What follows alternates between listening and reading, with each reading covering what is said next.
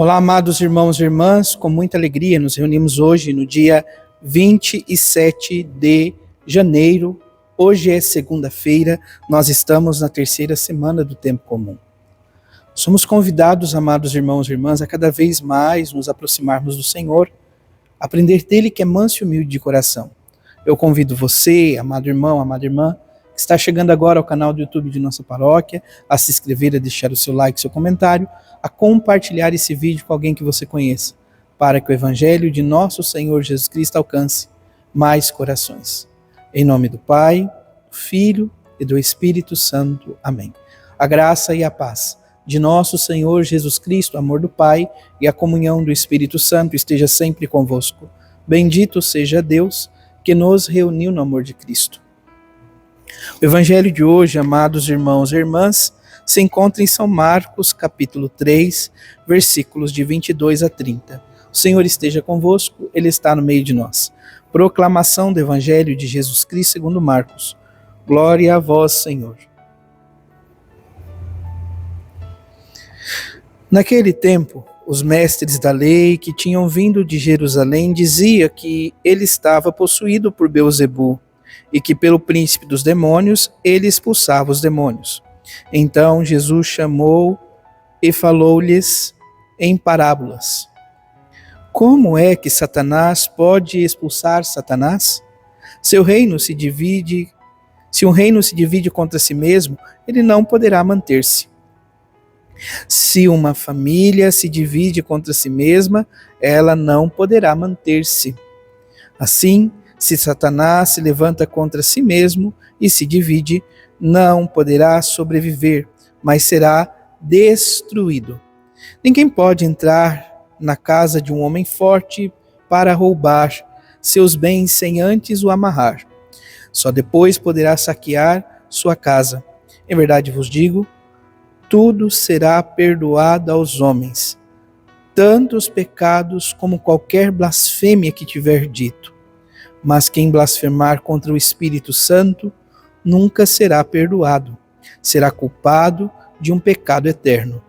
Jesus falou isso porque diziam, ele está possuído por um espírito mau. Palavra da salvação, glória a vós, Senhor. Amados irmãos e irmãs, contamos ainda com a primeira leitura da carta aos Hebreus, capítulo 9, versículo 15, depois 24 a 28, e o autor continua a desenvolver a reflexão sobre a mediação de Cristo. Cristo é mediador de uma nova aliança.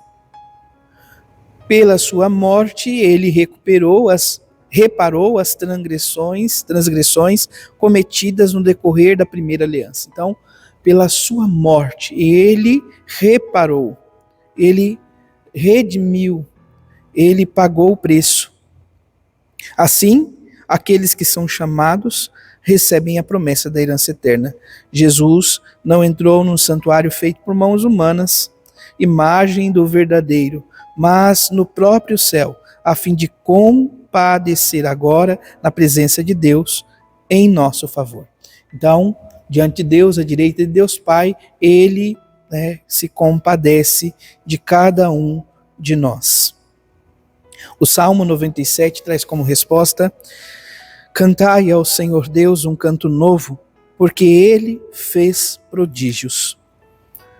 Por fim, o Evangelho, amados irmãos e irmãs, nos fala então desse episódio entre os mestres da lei, que vêm de Jerusalém, e começam a dizer que nosso Senhor Jesus Cristo realiza tudo o que realiza por meio de Beelzebu, o príncipe dos demônios.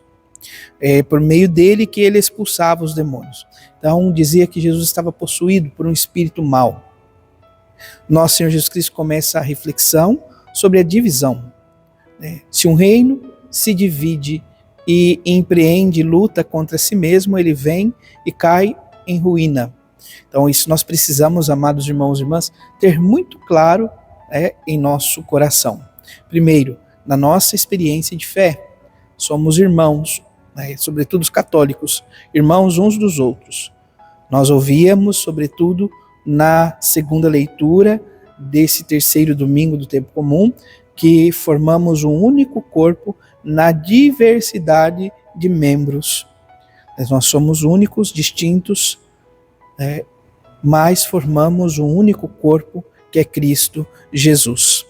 Por isso, então, amados irmãos e irmãs, nós precisamos lutar contra qualquer tipo de divisão. Voltando para o Evangelho. Então, Jesus começa a falar-lhes em parábola sobre essa realidade, de um reino que divide contra si mesmo não pode manter-se. Se uma família se divide contra si mesma, não poderá manter-se. Se assim, então, Satanás se levanta contra si mesmo e se divide, não poderá sobreviver, mas será destruído. Depois ele muda o sentido e começa a dizer sobre, amados irmãos e irmãs, a realidade de um homem forte. Ninguém pode entrar na casa de um homem forte para roubar seus bens sem antes o amarrar. Só depois poderá saquear sua casa. Então, amados irmãos e irmãs, vamos pensar a nossa história de fé.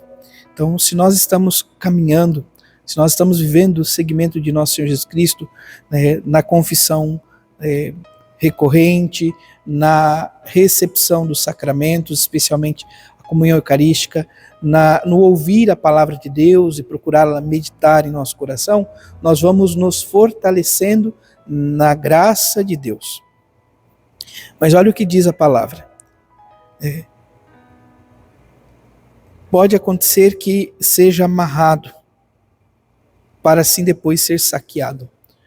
Quantas vezes, amados irmãos e irmãs, na nossa vivência de fé, depois de ter vivido esse compromisso, de ter se reconciliado com o Senhor e buscado então viver esta graça de não voltar a pecar, quantas vezes o inimigo vai nos cercando, nos amarrando e quando vê, muitas vezes recorre novamente ao pecado.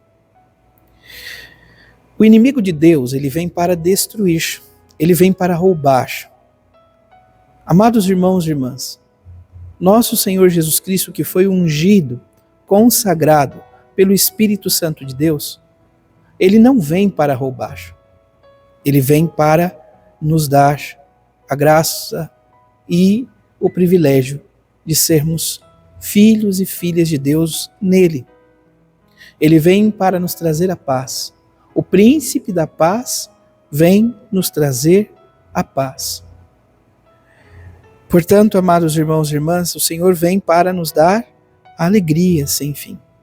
E ele vai dizer, existe perdão para todos os tipos de pecados e blasfêmias que podem acontecer. Porém, contra o pecado, contra o Espírito Santo, este não tem perdão. O pecado contra o Espírito Santo. Amados irmãos e irmãs, como nós podemos entender? Aqui nesse contexto, amados irmãos e irmãs, nós percebemos uma dureza de coração. A dureza por parte dos mestres da lei e os fariseus que não querem reconhecer que Jesus é o Filho de Deus.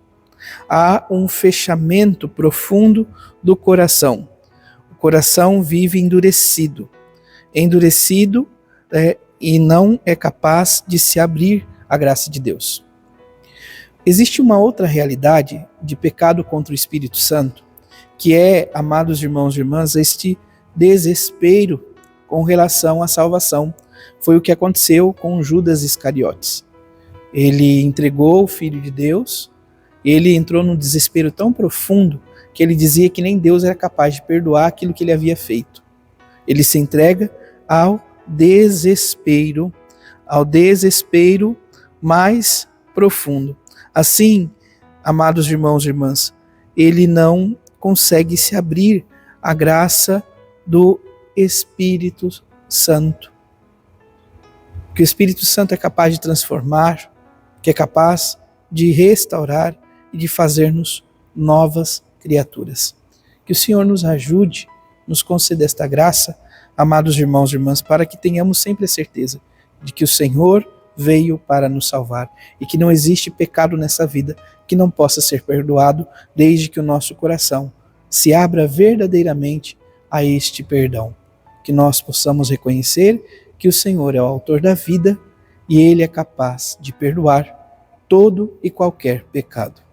Louvado seja nosso Senhor Jesus Cristo, para sempre seja louvado. Abençoe-vos o Deus Todo-Poderoso, em nome do Pai, do Filho e do Espírito Santo. Amém. Graça e paz.